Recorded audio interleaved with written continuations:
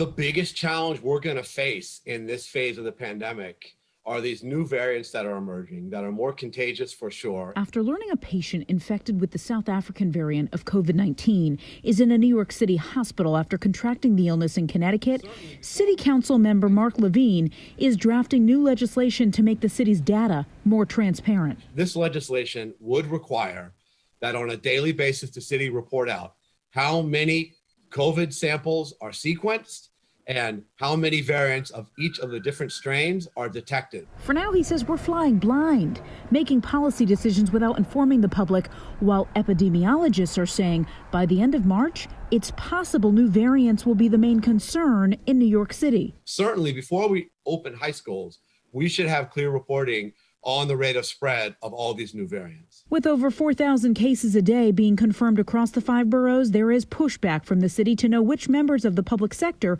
have been vaccinated. Speech therapist Danielle Bello wants to know when high schools reopen, how many people around her have been vaccinated. Could I know who in the building, like percentage of adults who have chosen to be vaccinated?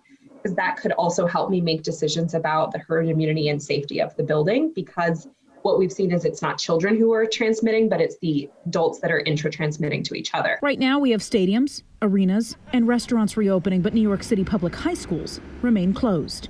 Kalorama, PIX 11 News.